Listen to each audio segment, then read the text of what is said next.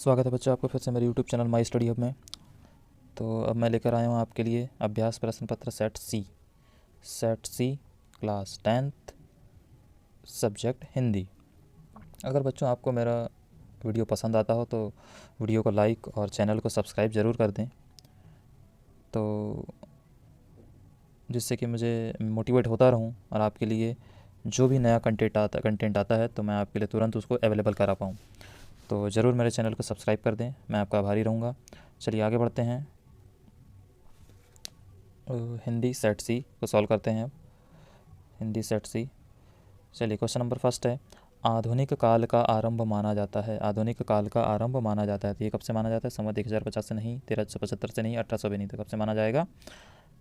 संवत 1900 से आधुनिक काल का आरंभ माना जाता है।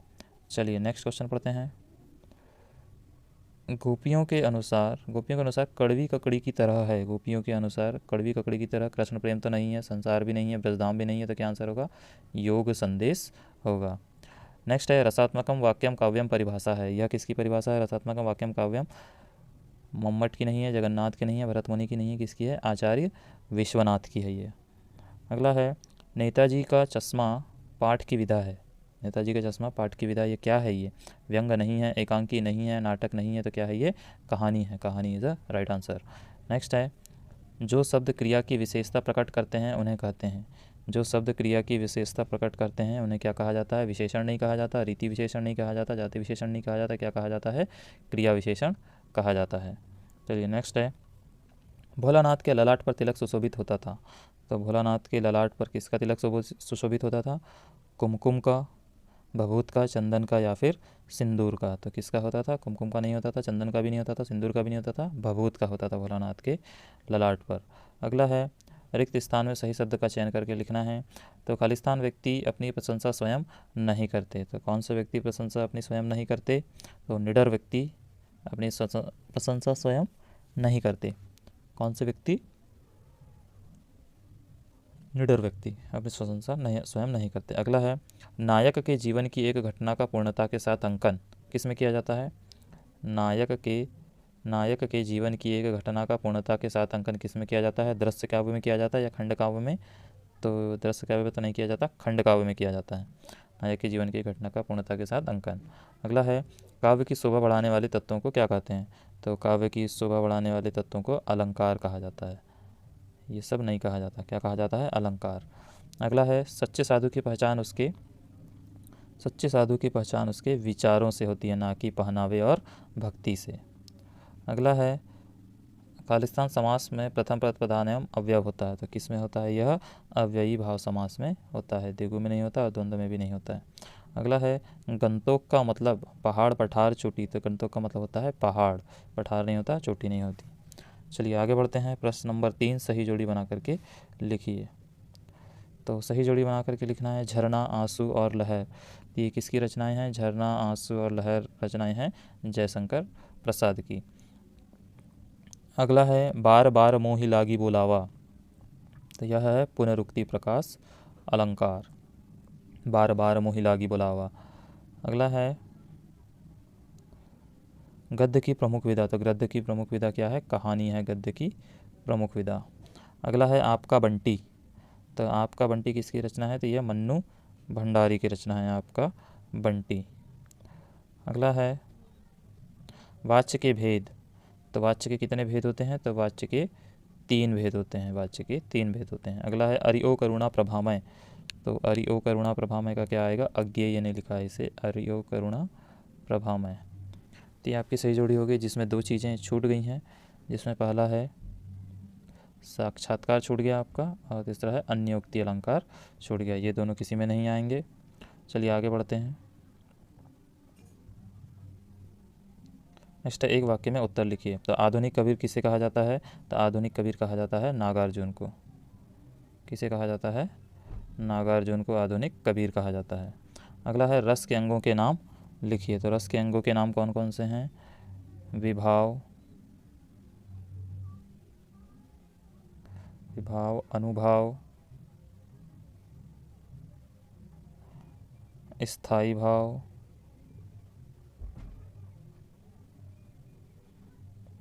और संचारी भाव।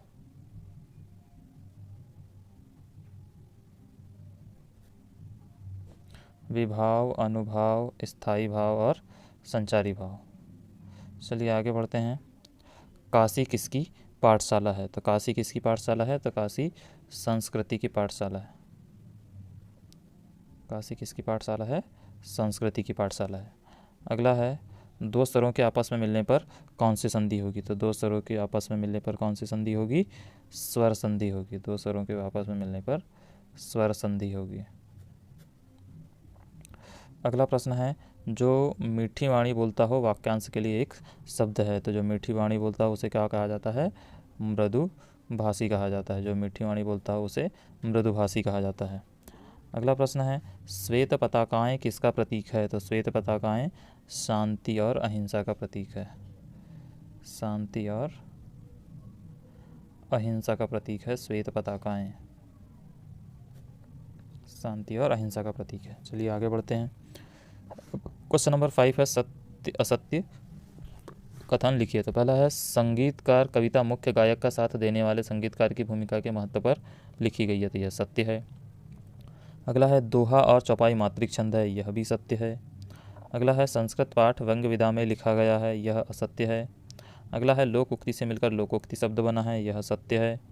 माता का आंचल पाठ के रचनाकार मधु कांकरिया। यह असत्य है। हिरोशिमा कविता अज्ञेय ने हवाई जहाज में बैठकर लिखी। यह भी असत्य है। चलिए आगे देखते हैं क्वेश्चन आंसर। प्रगतिवाद की कोई दो विशेषताएं प्रवृत्तियां लिखिए। तो प्रगतिवाद काव्य की दो विशेषताएं और प्रवृत्ति निम्नलिखित है। प्रगतिवाद काव्य की विशेषताएं प्रवृत्तियां ये रहीं।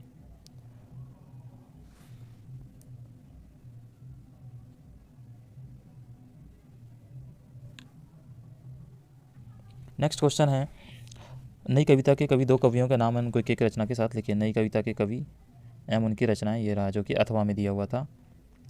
अगला प्रश्न है, तुलसीदास अथवा नागार्जुन की काव्यगत विशेषताएं, दो रचनाएं और भाव को पक्ष लिखना है। एक ये तुलसीदास का दिया हुआ है और ये नागार्जुन का अथवा में दिया हुआ है। तो ये दोनों का दिया हुआ है। अगला है प्रश्न नंबर 8, मर्यादा न लही के माध्यम से कौन सी मर्यादा न रहने की बात कही है? तो ये है मर्यादा वाला। और इसके अथवा में प्रश्न है, परशुराम के क्रोध करने पर लक्ष्मण ने धनुष टूट जाने के लिए कौन कौन से तर्क दिए थे? ये आंसर है उसका परशुराम वाला। नेक्स्ट क्वेश्चन है क्वेश्चन नंबर 9, स्मृति को पाथेय बनाने से कवि प्रसाद का क्या तात्पर्य है? स्मृति को पाथेय बनाने से कवि प्रसाद का तात्पर्य ये रहा। उसके अथवा में दिया है, कविता का शीर्षक उत्साह क्यों रखा गया? तो कविता का शीर्षक उत्साह क्यों रखा गया ये दिया हुआ है। प्रश्न नंबर 10 है, प्रबंध काव्य की परिभाषा एवं उनके प्रकार ये रहे। प्रबंध काव्य की परिभाषा एवं महाकाव्य खंडकाव्य आख्यानक गतियाँ उनके प्रकार हैं। उसी के अथवा में दिया हुआ है, वीर रस का एक उदाहरण दीजिए। तो वीर रस का उदाहरण ये रहा। उसके बाद नेक्स्ट क्वेश्चन है, छंद की परिभाषा है उनके प्रमुख है। छंद की परिभाषा एवं उनके प्रकार ये रहे, वार्णिक छंद और मात्रिक छंद। उसी के अथवा में प्रश्न है, पुनरुक्ति प्रकाश अलंकार की परिभाषा। पुनरुक्ति प्रकाश अलंकार की उदाहरण और परिभाषा ये रही। क्वेश्चन नंबर 12 है, निबंध की परिभाषा लिखते हुए किसी एक निबंधकार का नाम लिखिए। तो निबंध की परिभाषा, निबंधकार हजारी प्रसाद द्विवेदी और निबंध की परिभाषा ये रही। निबंध उस गद्य की रचना का था जिसमें सीमित आकार के भीतर किसी प्रकार विषय का वर्णन या प्रतिपादक एक विशेष निजीपन के साथ किया जाता है। अगला प्रश्न नंबर 12 का अथवा है, नाटक और एकांकी में कोई दो अंतर लिखे। तो ये रहा, नाटक और एकांकी में दो अंतर। नेक्स्ट क्वेश्चन है,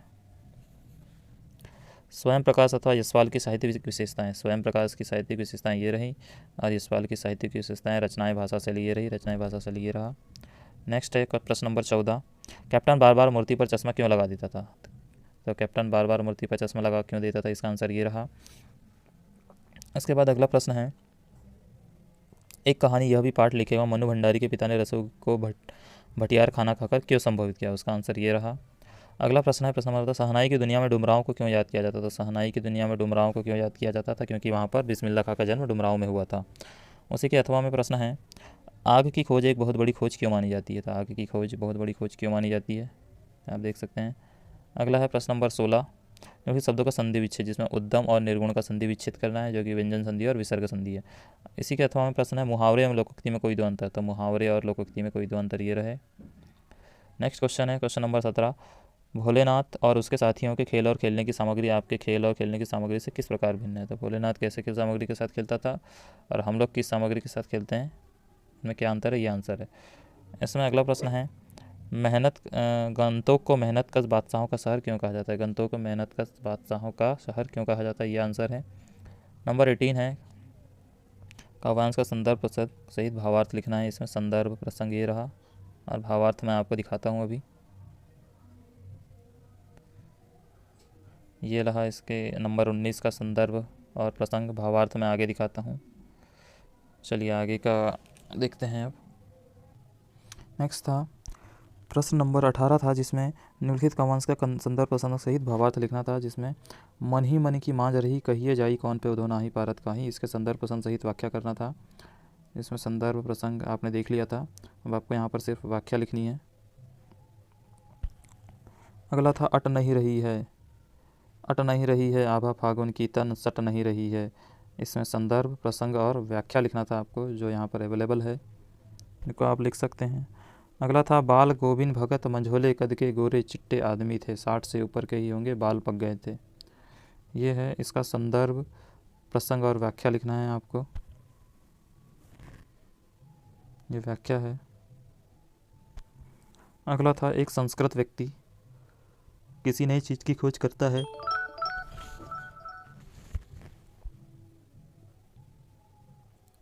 इसका संदर्भ और व्याख्या है।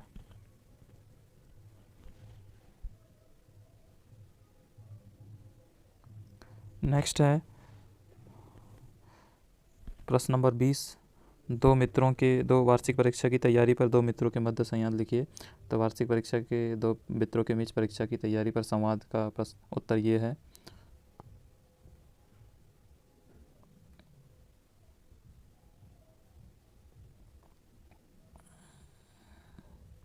अगला है वीरों का कैसा हो बसंत। वीरों का कैसा हो बसंत में उपयुक्त काव्यांश का उपयुक्त शीर्षक क्या होगा? तो वीरों का कैसा हो बसंत उपयुक्त शीर्षक होगा। फिर है वीरों का बसंत कैसा होना चाहिए, तो ये है वीरों का बसंत कैसा होना चाहिए।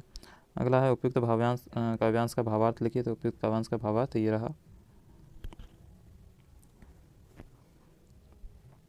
अगला प्रश्न है बुक बैंक से पुस्तकें प्राप्त कर रहे हैं तो आवेदन पत्र। बुक बैंक से पुस्तकें प्राप्त कर रहे हो तो आवेदन पत्र, बुक बैंक से पुस्तक के लिए आवेदन पत्र है।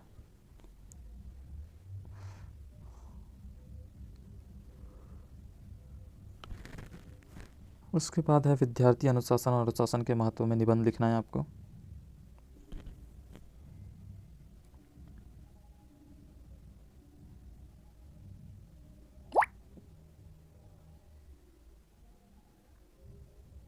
तो अगर बच्चों आपको मेरा वीडियो पसंद आता हो तो मेरे चैनल को लाइक और मेरे वीडियो को लाइक और चैनल को सब्सक्राइब ज़रूर कर दें। Thank you so much. चलिए मैं आपको मिलता हूँ नेक्स्ट वीडियो में। Thank you.